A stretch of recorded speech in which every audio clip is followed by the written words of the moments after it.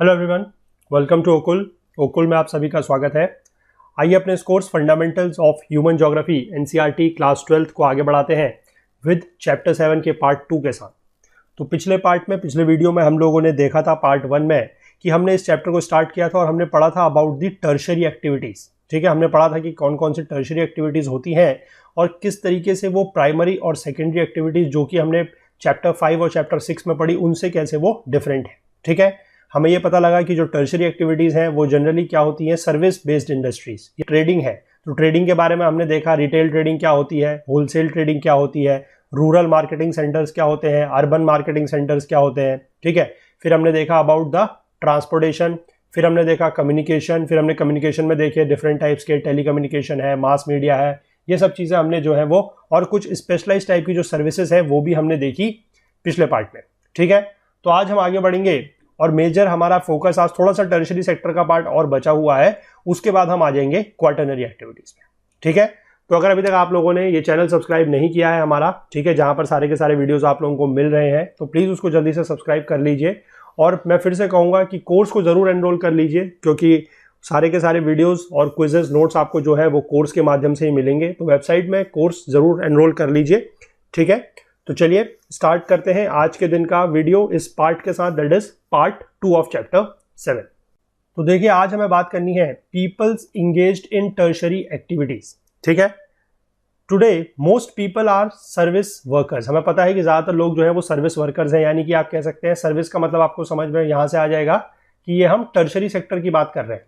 ठीक है, services are provided in all societies. ठीक है, हर तरीके की सोसाइटी में जो है सर्विसेज प्रोवाइड की जाती है, but in more developed countries, यानी कि जो ज्यादा डेवलप्ड कंट्रीज हैं, जो ज्यादा विकसित देश हैं, वहां पर क्या है कि higher percentage of workers is employed in providing services as compare to less developed countries. ठीक है, यानी कि जो डेवलप्ड कंट्रीज है, जो ज्यादा डेवलप्ड कंट्रीज है, वहां पर सर्विसेज प्रोवाइडर्स ज्यादा है, यानी कि जो लोग सर्विस प्रोवाइड करेंगे वो ज्यादा है, और जो इस सर्विस को अवेल करेंगे, मतलब जो उन सर्विसेज का फायदा उठाएंगे या लाभ उठाएंगे, उनकी संख्या जो है कम है। ठीक है, कहां पर? ज्यादा डेवलप्ड कंट्रीज में। लेकिन लेस डेवलप्ड कंट्रीज की अगर हम बात करें तो लेस डेवलप्ड कंट्रीज में जो सर्विस प्रोवाइडर्स हैं वो उतने ज्यादा नहीं है, और जो सर्विस अवेल कर रहे हैं उनकी संख्या ज्यादा है। ठीक है, the trend in employment in this sector has been increasing. ठीक है, यानी कि इस सेक्टर में, यानी कि टर्शरी सेक्टर में जो एम्प्लॉयमेंट का ट्रेंड है वो बढ़ रहा है। लेकिन अगर हम बात करें प्राइमरी सेक्टर की और सेकेंडरी सेक्टर की, तो यहां पर जो ट्रेंड है या तो वो अनचेंज्ड है और या फिर वो डिक्रीज कर रहा है। ठीक है, तो आप समझ सकते हैं कि जो टर्शरी सेक्टर है या जो सर्विस सेक्टर है वो ग्रो कर रहा है, और जो प्राइमरी और सेकेंडरी सेक्टर है वो या तो आप एक तरीके से कह सकते हैं कि वो मतलब अनचेंज उसकी कंडीशन बनी हुई है, या फिर उसमें जो ट्रेंड है वो डिक्रीज कर रहा है। ठीक है, चलिए आगे देखेंगे कुछ सेलेक्टेड एग्जांपल्स। ठीक है, जैसे कि सबसे पहला है टूरिज्म। टूरिज्म का मतलब क्या होता है?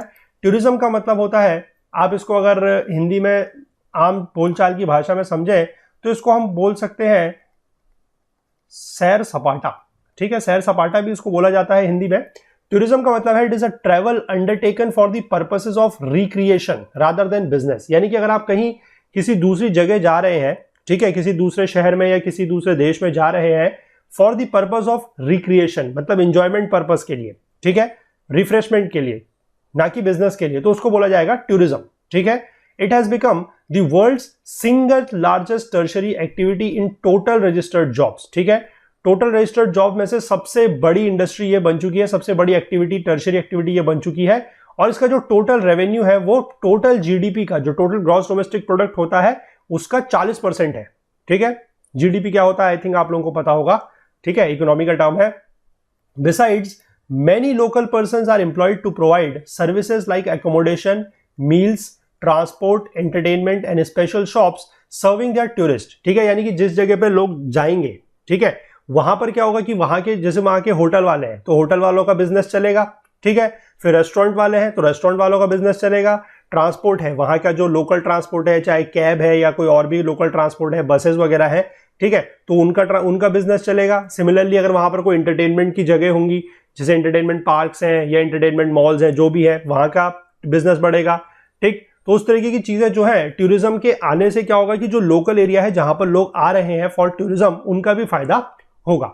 ठीक है, tourism fosters the growth of infrastructure industries, retail trading and craft industries, souvenirs. ठीक है, ये आप समझ गए। इंफ्रास्ट्रक्चर इंडस्ट्रीज का मतलब वही हो गया कि जैसे आपके होटल्स वगैरह है उनका फायदा होगा। रिटेल ट्रेडिंग, जो आपके वहां के थोक ये खुदरा व्यापारी है, रिटेल ट्रेडर्स है, उनका फायदा होगा क्योंकि अब आप कहीं जा रहे हैं, ठीक है, आप एक टूरिज्म पे गए हैं, तो आप किसी भी शहर में या किसी भी देश में गए हैं तो वहां से जाके आप कुछ ना कुछ चीजें, कुछ ना कुछ सामान जरूर खरीदेंगे, तो वहां की जो लोकल दुकान वाले होंगे उनका फायदा होगा इससे। ठीक है, फिर आप वहां गए हैं तो आप वहां से कुछ सोवेनियर्स लेके आएंगे, ठीक है, तो वहां की जो क्राफ्ट इंडस्ट्रीज है उसका भी फायदा होगा। ठीक, इन सम रीजन्स टूरिज्म इज सीजनल। कहीं कहीं जगहों पर क्या होता है, कुछ इलाकों में, कुछ रीजन्स में क्या होता है कि टूरिज्म जो है वो सीजनल होता है, यानी कि साल भर नहीं होता है, किसी सीजन में होता है। क्यों? क्योंकि the vacation period is dependent on favourable weather conditions. ठीक है, कि जब फेवरेबल वेदर कंडीशंस होगा। अब इंडिया की अगर हम बात करें, और स्पेशली अगर हम बात करें आपके दिल्ली की, ठीक है, एक एग्जांपल के तौर पे मैं बता रहा हूं, सपोज करें इंडिया में अगर हम दिल्ली की बात करें तो यहां पर मई जून के महीने में जनरली कोई आना पसंद नहीं करेगा। क्यों? क्योंकि बहुत ज्यादा गर्मी होती है। ठीक है, उसी के अगर हम जस्ट विपरीत बात करें तो मई जून के महीने में आपने देखा होगा कि नॉर्थ इंडिया के जो हिली रीजन्स हैं या हिली शहर है कह सकते हैं, नैनीताल, मसूरी, शिमला, यहां पर टूरिज्म बहुत ज्यादा बढ़ता है क्योंकि वहां पर जो वेदर कंडीशंस है वो बहुत ज्यादा फेवरेबल होती है। ठीक है, लेकिन कुछ रीजन्स ऐसे भी होते हैं जो टूरिस्ट को या ये विजिटर्स को अट्रैक्ट करते हैं राउंड दी ईयर। जैसे इसका मैं एग्जांपल बताऊं आपको बहुत अच्छा, जैसे आपने सुना होगा या आपको पता होगा कि वैष्णो देवी का जो मंदिर है, ठीक है, वहां पर क्या है, या और भी जो बहुत सारे मंदिर होते हैं जो साल भर खुले रहते हैं, वहां पर आपने देखा होगा कि जो टूरिस्ट हैं वो साल भर जाते हैं, राइट। तो इस तरीके कुछ रीजन्स होते हैं जहां पर विजिटर्स जो है वो साल भर जाते हैं। कुछ जगह ऐसी होती है जिनमें फेवरेबल वेदर कंडीशंस का रोल होता है, तो वहां पर विजिटर्स किसी एक सीजन में जाते हैं। ठीक है, इसके बाद हम बात कर लें टूरिस्ट रीजन्स की, तो warmer places around the Mediterranean coast, Mediterranean coast के अराउंड जो वार्मर प्लेसेस हैं, and the west coast of India. West coast of India में सबसे बढ़िया एग्जांपल आप कह सकते हैं कौन सा है? गोवा। ठीक है, are some of the popular tourist destinations in the world. Others include winter sports, जहां पर विंटर स्पोर्ट्स रीजन्स हैं, found mainly in the mountainous areas and various scenic landscapes and national parks. ठीक है, विच आर स्कैटर्ड, जो अलग अलग जगहों पर स्कैटर्ड है, वहां पर भी काफी सारे लोग जाते हैं। फिर कुछ ऐसी जगह होती है जो हिस्टोरिक टाउन्स है। Historic towns also attract tourist because of the monuments, heritage sites and cultural activities. ठीक है, तो इस तरीके की जगहों पे भी लोग क्या है वो जनरली जाते हैं। ठीक है, चलिए आगे बढ़ेंगे। फैक्टर्स अफेक्टिंग टूरिज्म, कुछ फैक्टर्स हैं जो टूरिज्म को अफेक्ट करते हैं। सबसे पहला है demand. Since the last century the demand for holidays has increased rapidly. ठीक है, पहले से लोग इतनी ज्यादा हॉलीडेज पे नहीं जाया करते थे, लेकिन अब लोगों का जो हॉलीडेज पे जाने का ट्रेंड है वो बढ़ चुका है। क्यों बढ़ चुका है? देखिए, improvements in the standard of living and increased leisure time permit many more people to go on holidays for leisure. क्योंकि लोगों का जो स्टैंडर्ड ऑफ लिविंग है वो बढ़ चुका है, यानी कि उनके पास आप कह सकते हैं कि उनका इनकम जो है वो बढ़ गया है। और दूसरा चीज ये होता है कि लोगों को ये लगता है कि अगर आप साल में 10 महीने या 11 महीने या 11 महीने 15 दिन के लिए अगर आप पूरा जी जान लगा के मेहनत कर रहे हैं, बहुत सारा पैसा कमा रहे हैं, खूब सारी मेहनत कर रहे हैं, बच्चे आपके घर में हैं वो पढ़ाई वगैरह कर रहे हैं, तो 10-15 दिन के लिए, 20 दिन के लिए सबका एक मतलब वो प्लान चलता है कि फिर उसके साल में मतलब 10-15 दिन, 20 दिन के लिए एक इस तरीके का प्लान बनाया जाए कि कहीं टूरिज्म के लिए जाया जाए। ठीक है, तो उससे बेसिकली क्या होता है कि मूड वगैरह फ्रेश हो जाता है, बच्चों में भी काफ़ी ज़्यादा रिक्रिएशन हो जाता है। ठीक है, और जो बड़े लोग हैं उनका भी एक तरीके से आप कह सकते हैं कि रिफ्रेशमेंट हो जाता है। ठीक है, तो वो चीज़ एक बेसिकली हो गई डिमांड। दूसरी चीज़ है ट्रांसपोर्ट। अब ट्रांसपोर्ट फैसिलिटीज़ भी जो है वो इंप्रूव हो गई हैं, इसकी वजह से भी आप कह सकते हैं कि जो टूरिज्म है वो बढ़ रहा है। The opening up of tourist areas has been aided by improvement in transport facilities. Travel is easier by car with better road systems, क्योंकि जो रोड सिस्टम्स है वो अच्छी हो चुकी है, तो इसलिए कार से भी आप ट्रेवल किया जा सकता है। More significant in recent years has been the expansion of air transport. अब एयर ट्रांसपोर्ट जो है वो काफी ज्यादा एक्सपेंड कर चुका है। ठीक है, तो उसमें क्या है कि आपको अगर कहीं भी जाना है, एनीवेयर इन द वर्ल्ड जाना है, तो आप few hours of flying time में कहीं भी पहुंच सकते हैं अपने घर से। ठीक है, तो इसलिए बेसिकली इसकी वजह से भी क्या है कि अगर आप बात करें इंडिया के अंदर ही या विदेशों में जाने की अगर बात भी कर रहे हैं, तो भी क्या है कि ट्रेवल टाइम कम होने की वजह से एयर ट्रांसपोर्ट में डेवलपमेंट अच्छा हो गया है, तो उसकी वजह से भी जो टूरिज्म है वो बढ़ रहा है। ठीक है, दूसरा है the advent of package holidays has reduce the cost. जो पैकेज हॉलीडेज देते हैं, आपने देखा होगा कि बहुत सारे इस तरीके के टूर्स एंड ट्रेवल्स वाले होते हैं जो आप लोगों को पैकेज देते हैं। ठीक है, कि 3 दिन 4 रात का यहाँ का पैकेज, 5 दिन 6 रात का वहाँ का पैकेज। तो उसमें बेसिकली क्या होता है कि वो कुछ इस तरीके का पैकेज बनाते हैं, ठीक है, और वो लोग क्या होता है कि उन लोगों का कॉन्ट्रैक्ट वगैरह रहता है जहां पर आप लोगों को वो डेस्टिनेशन ले जाने की बात करते हैं। तो उसकी वजह से क्या होता है कि थोड़ा बहुत आप लोगों को जो जाना चाहता है, ठीक है, जो ट्रैवलर होता है उसको भी फायदा मिल जाता है। तो जनरली लोग क्या करते हैं कि इस तरीके के ट्रैवल पैकेजेस लेके जाना पसंद करते हैं, ठीक है। इसके बाद आगे बात करेंगे टूरिस्ट अट्रैक्शंस की। जो सबसे पहला है क्लाइमेट, ठीक है। Most people from colder regions expect to have warm sunny weather for beach holidays. अब जो लोग ठंडे इलाकों से हैं वो गर्म इलाकों में जाना चाहते हैं जहां पर सनी वेदर हो बीच हॉलीडेज के लिए या फिर वार्म वेदर हो, ठीक है। This is one of the main reasons for the importance of tourism in southern Europe and the Mediterranean islands, ठीक है, मेडिटेरेनियन लैंड्स। अब देखिए बार बार ये मेडिटेरेनियन वर्ड आ रहा है, ठीक है, तो मैं यहां पर आपसे एक सवाल पूछ लेता हूं कि मेडिटेरेनियन सी के चारों तरफ, ठीक है, सवाल ध्यान से सुनिएगा, मेडिटेरेनियन सी के चारों तरफ कौन कौन सी कंट्रीज हैं, या आप कह सकते हैं कि which all countries share their border with Mediterranean sea. ये मुझे आप नीचे कमेंट सेक्शन में बताइएगा, ठीक है। चलिए आगे बढ़ेंगे। The Mediterranean climate offers almost consistently higher temperature. यहां पर टेम्परेचर ज्यादा होता है then in other parts of Europe, ठीक है। लॉन्ग आवर्स ऑफ सनशाइन होता है and low rainfall throughout the peak holiday season. तो इसकी वजह से क्या है कि ये एक बहुत ही फेवरेट टूरिज्म डेस्टिनेशन लोगों का बना हुआ है, ठीक है। आप ये कंट्रीज का नाम बताएंगे तब आपको खुद पता लग जाएगा कि यहां पर जो है टूरिज्म ज्यादा होता है इन कंट्रीज में, ठीक है। तो people taking winter holidays have specific climate requirement. जिनको विंटर हॉलीडेज पे जाना होता है उनकी क्लाइमेटिक रिक्वायरमेंट्स बड़ी स्पेसिफिक होती है, जैसे कि या तो उनको हायर टेम्परेचर चाहिए होता है देन देयर ओन होमलैंड्स की, जहां अगर वो ठंडे इलाकों में रहते हैं तो उनको गर्मी में जाने का मन करता है गर्म इलाकों में, या फिर वो जाना चाहते हैं स्नो कवर जगह पे जहां पर स्कीइंग कर सकें वो लोग, ठीक है, क्योंकि इस तरीके के लोग भी होते हैं जो स्कीइंग वगैरह के, जो एडवेंचर स्पोर्ट्स के शौकीन होते हैं। तो उनके लिए फिर विंटर में वो ऐसी जगह जाना पसंद करते हैं जहां पर स्नो कवर्ड माउंटेन्स उनको मिले, ठीक है। आगे है लैंडस्केप। लैंडस्केप भी एक इंपॉर्टेंट फैक्टर है अट्रैक्शन का। Many people is like to spend their holidays in an attractive environment which often means mountains, lakes, spectacular sea coast and landscapes not completely altered by man, ठीक है, कि ऐसे landscapes पे लोग जाना पसंद करते हैं जहां पर क्या हो, माउंटेन्स है, लेक्स है, सी कोस्ट का अच्छा व्यू हो, ऐसे लैंडस्केप्स हो जिनको, जहां पर अभी तक ह्यूमंस के बहुत ज्यादा सेटलमेंट वगैरह ना हो, जहां की जो कंडीशंस है, वेदर कंडीशंस है, क्लाइमेटिक कंडीशंस है, वो ह्यूमन के इंटरवेंशन से ज्यादा डिस्टर्ब ना हुई हो, वहां पर भी लोग जाना पसंद करते हैं, ठीक है। इसके बाद है हिस्ट्री एंड आर्ट, ठीक है। History and art of an area have potential attractiveness. People visit ancient or picturesque towns and archaeological sites and enjoy exploring castles, palaces and churches. लोग ऐसी जगहों पे जाना भी बहुत पसंद करते हैं जहां पर जिससे कुछ हिस्ट्री या कुछ आर्ट से रिलेटेड जो जगह हैं, ठीक है। इसके बाद बात करें हम कल्चर एंड इकोनॉमी की, तो these attract tourist with a penchant for experiencing ethnic and local customs, ठीक है। एथनिक और लोकल कस्टम्स के लिए भी लोग जाना पसंद करते हैं। Besides if a region provides for the needs of tourists at a cheap cost, it is likely to become very popular. कोई ऐसी जगह है जहां पर जो टूरिस्ट्स हैं उनकी जो जरूरतें हैं वो अगर चीप कॉस्ट में, यानी कि अगर कोई सस्ती जगह है तो वहां पर भी वो भी क्या है कि वो जगह भी टूरिज्म के लिए बहुत ज्यादा पॉपुलर हो जाएगी, ठीक है। Home stay has emerged as a profitable business, ठीक है। Home stay has become profitable business such as heritage homes in Goa, Madikeri and Coorg in Karnataka. Home stay का मतलब ये होता है कि जैसे आपको पता है कि वो एक विला टाइप का होता है, ठीक है, कि एक विला टाइप का आप लोगों को मिलता है, तो वो मतलब अपने घर से दूर आपको एक पूरा मकान टाइप का मिलेगा, ठीक है, फार्म हाउस टाइप बोल सकते हैं आप उसको। तो उसमें भी उसका भी जो ट्रेंड है वो बहुत ज्यादा आजकल बढ़ रहा है उस तरीके का, ठीक है।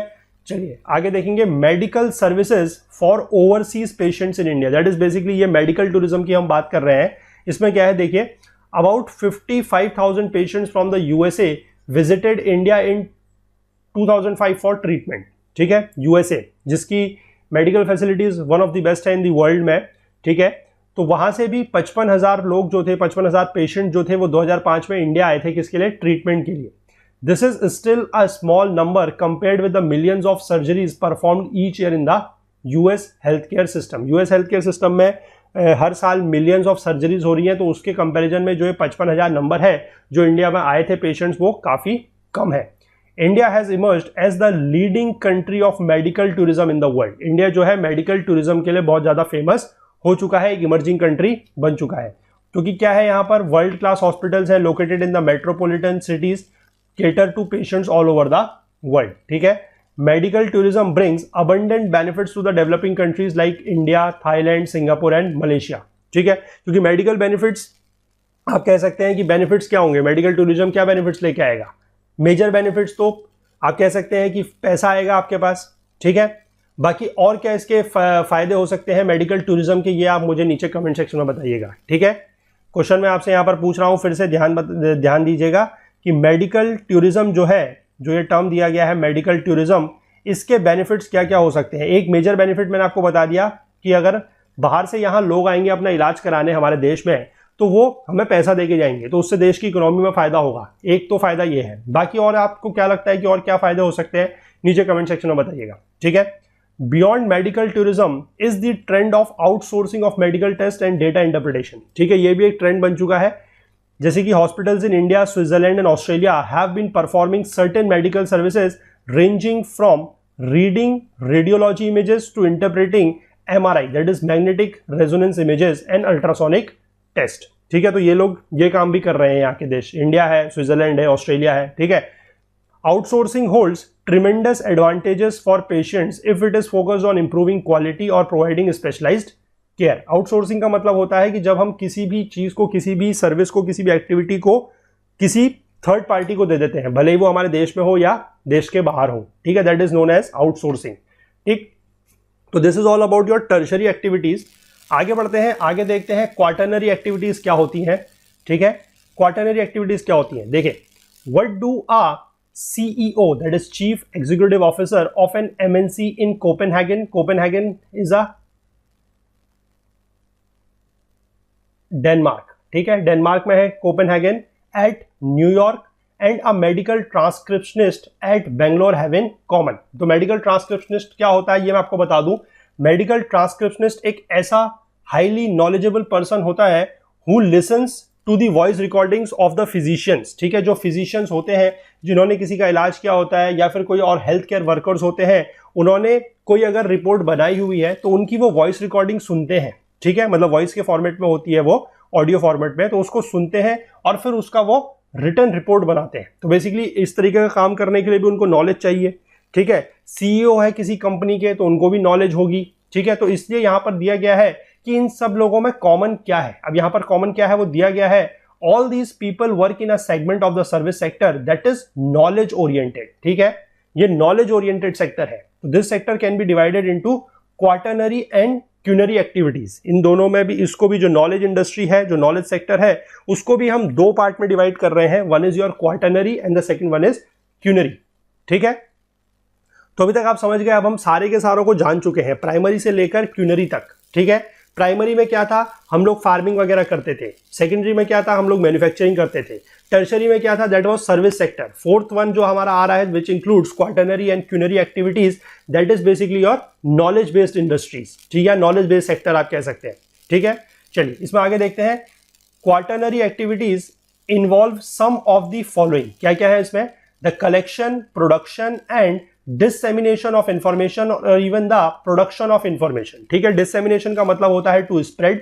ठीक, quaternary activities centre around research, development and may be seen as an advanced form of services involving specialised knowledge and technical skills. यानी क्वार्टरनरी एक्टिविटीज करने के लिए सिर्फ नॉलेज नहीं चाहिए, बल्कि स्पेशलाइज्ड नॉलेज चाहिए। ठीक है, और टेक्निकल स्किल्स भी चाहिए।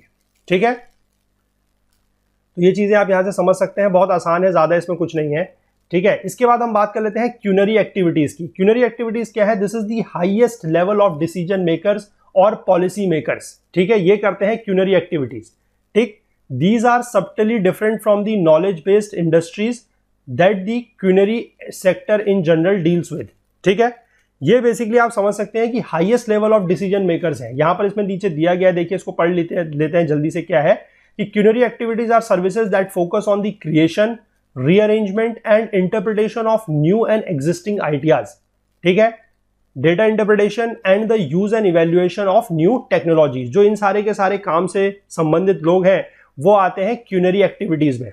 ठीक है, they are often referred to as gold collar professionals. ठीक है, gold collar professions They represent another subdivision of the tertiary sector, representing special and a highly paid skills of senior business executive, government officials, research scientists, financial and legal consultants, etc. ठीक है, ये सारे के सारे जो लोग हैं वो क्यूनरी एक्टिविटीज से रिलेटेड होते हैं. ठीक है. Their importance in the structure of advanced economies far outweigh their numbers. यानी कि इनका जो नंबर है वो बहुत ज्यादा नहीं होता है, लेकिन नंबर ज्यादा नहीं होता है, लेकिन जो इंपॉर्टेंस है वो बहुत ज्यादा होती है. ठीक है. चलिए आगे देखेंगे इसमें क्या दिया हुआ है. आउटसोर्सिंग के बारे में कुछ लिखा गया है, वो हम पढ़ लेते हैं कि आउटसोर्सिंग क्या होता है. Outsourcing has resulted in the opening up of large number of call centres in India, China, eastern Europe, Israel, Philippines and Costa Rica. पहली बात तो आप आउटसोर्सिंग का मतलब समझ जाइए क्या है, कि जब आप कोई भी काम किसी थर्ड पार्टी इंडस्ट्री से, थर्ड पार्टी से करवाते हैं. ठीक है. It has created new jobs in these countries. कैसे, अभी आपको समझ में आएगा किस तरीके से. ठीक है.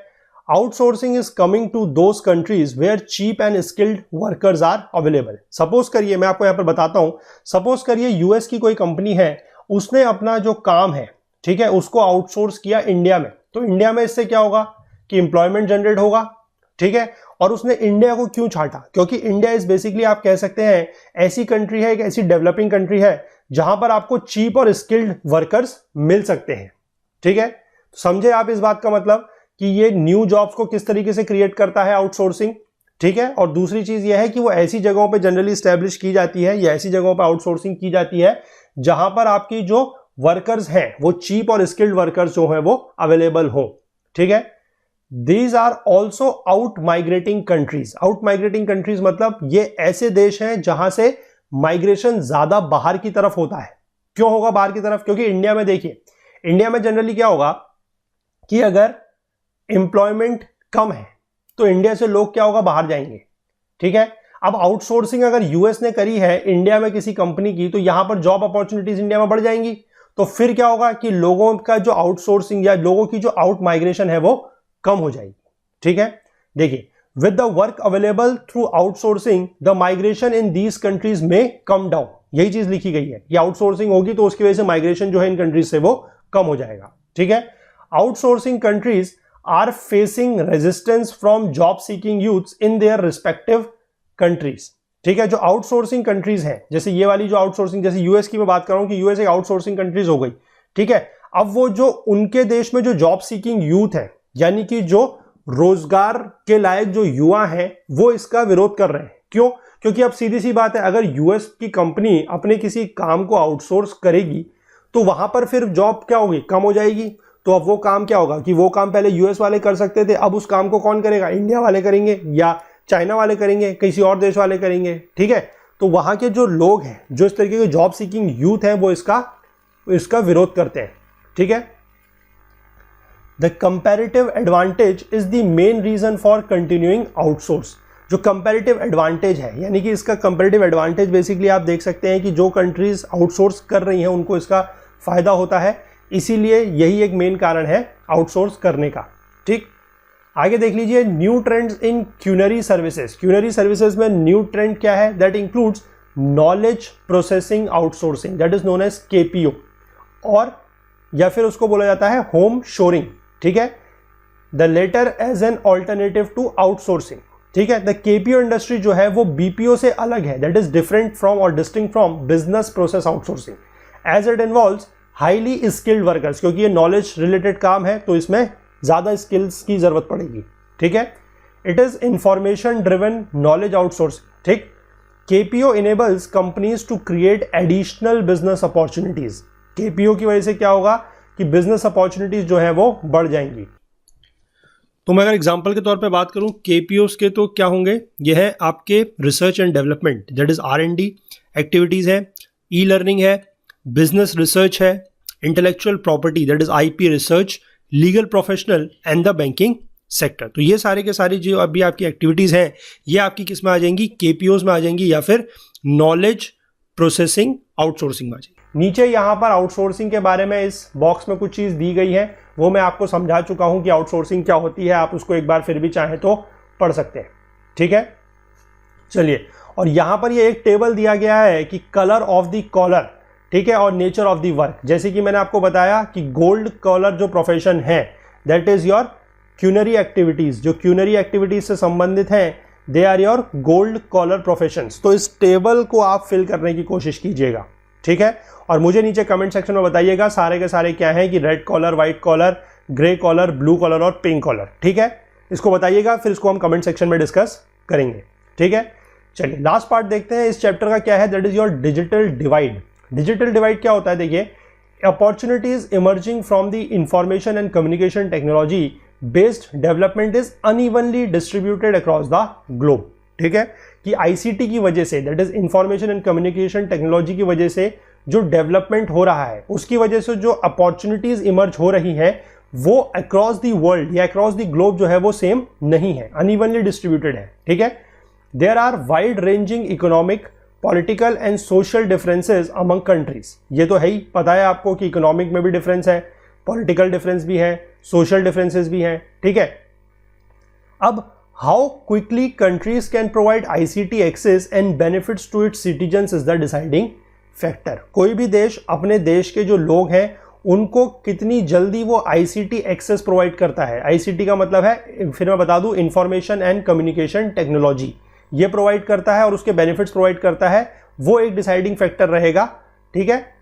जैसे कि लिखा गया है, while developed countries in general have surged forward, the developing countries have lagged behind and this is known as the digital divide. क्योंकि ये जो फैसिलिटीज हैं, जो आईसीटी की फैसिलिटीज हैं, जो इसके बेनिफिट्स हैं, वो डेवलप्ड कंट्रीज में आप कह सकते हैं कि ज्यादा हैं और ज्यादा लोगों के पास है, ठीक है। और उसके कंपैरिजन में अगर हम डेवलपिंग कंट्री की बात करें तो लोगों के पास कम है, ठीक है। Similarly digital divides exist with in countries. तो ये तो कंपैरिजन हो गया एक तरीके से, आप कह सकते हैं अक्रॉस द कंट्रीज, दो कंट्रीज के बीच में। अब कंट्री के अंदर, किसी एक देश के अंदर अगर हम बात करें तो वहां पर भी ये डिजिटल डिवाइड जो है वो एग्जिस्ट करता है, ठीक है। जैसे कि अगर हम बात करें in the large country like Russia और इंडिया, यहां पर क्या है, it is inevitable that certain areas, जैसे कि मेट्रोपॉलिटन सेंटर है, यहां पर बेटर कनेक्टिविटी है, ठीक है, and access to the digital world versus the peripheral rural areas. जो उसके आसपास के रूरल एरियाज होंगे, जो गांव दराज के इलाके होंगे, वहां पर क्या है कि आईसीटी की जो फैसिलिटीज है वो उतनी ज्यादा अच्छी नहीं होंगी, ठीक है। तो यहां पर भी इस तरीके से क्या है कि विद इन द कंट्री भी एक तरीके से आप कह सकते हैं डिजिटल डिवाइड एग्जिस्ट करेगा between the metropolitan areas and the peripheral rural areas, ठीक है। तो ये चैप्टर यहां पर कंप्लीट होता है। तो आई होप इस पार्ट में हमने जो भी चीजें सीखी, जो भी बातें आपको बताई गई हैं, आपको समझ में आई होंगी अच्छे से, सब कुछ पसंद आया होगा वीडियो। अगर पसंद आया है तो प्लीज लाइक जरूर कीजिए, ठीक है। अपने फ्रेंड्स, अपने कलीग्स के साथ शेयर जरूर कीजिए। 7 चैप्टर हमारे कंप्लीट हो चुके हैं, सिर्फ 3 चैप्टर हमारे बचे हुए हैं। और साथ ही हमने इंडिया फिजिकल एनवायरनमेंट का कोर्स भी आप लोगों के लिए लॉन्च कर दिया है, ठीक है। तो उस कोर्स में भी आप लोग एनरोलमेंट स्टार्ट कर लीजिए। अब बहुत जल्दी आपको इस बुक के और वो जो इंडिया फिजिकल एनवायरनमेंट है, दोनों के नोट्स और क्विजेस मिलना भी स्टार्ट हो जाएंगे, ठीक है। और अभी हम लोग थोड़े टाइम के बाद, मैं अभी रिवील नहीं करूंगा, लेकिन फिर भी आप लोगों को एक हिंट दे दूं कि एक बहुत अच्छा इनिशिएटिव, ठीक है, एक बहुत अच्छा इनिशिएटिव आप लोगों के लिए आने वाला है, जिसके थ्रू आप लोग पैसा भी कमा सकते हैं और अपनी नॉलेज को भी इनहेंस कर सकते हैं, ठीक है। इतना ही जानिए, अभी धीमे धीमे इस बात का मैं खुलासा करते रहूंगा और आप लोगों का सपोर्ट उसमें भी रहेगा। उसमें भी आप लोगों का सपोर्ट चाहिए बिल्कुल अच्छे तरीके से, लेकिन उसमें एक फायदा यह है कि आप लोग उसके थ्रू पैसा भी कमा सकते हैं, ठीक है, पैसा भी कमा सकते हैं। और दूसरी चीज है कि नॉलेज तो आप साथ के साथ अर्न करते ही रहेंगे, ठीक है। तो चलिए, अगर वीडियो पसंद आया है तो लाइक एंड शेयर जरूर कीजिए। कोई भी डाउट, कोई कमेंट है तो नीचे फीड कमेंट सेक्शन में लिख सकते हैं, ठीक है। बहुत जल्द मिलेंगे अगले पार्ट के साथ। अगर कोई और डाउट है तो वो हमारी ईमेल आईडी पे लिख सकते हैं, या ज्यादा जुड़ने के लिए हमारा Facebook page, Twitter page, Telegram channel का यूज करें, ठीक है। इंस्टाग्राम पे भी आप लोग हमें फॉलो कर सकते हैं। इंस्टाग्राम पे भी अब हमने चीजें अपडेट करनी स्टार्ट कर दी हैं, ठीक है। तो चलिए, बहुत जल्द मिलते हैं अगले चैप्टर के साथ, दैट विल बी चैप्टर 8, ठीक है। चैप्टर 8 आपका है ट्रांसपोर्ट एंड कम्युनिकेशन के ऊपर, ठीक है। ट्रांसपोर्ट एंड कम्युनिकेशन अभी हमने यहाँ पर थोड़ा सा इस पार्ट में देखा था in under the tertiary activities, लेकिन थोड़ा सा इसको अब हम डिटेल में देखेंगे पूरे के पूरे चैप्टर के तौर पे, ठीक है। तो चलिए, मिलते हैं अगले पार्ट में उस चैप्टर के साथ। तब तक के लिए अपना बहुत बहुत ध्यान रखिए। Please do take care of yourself. Thank you, have a nice day, bye bye.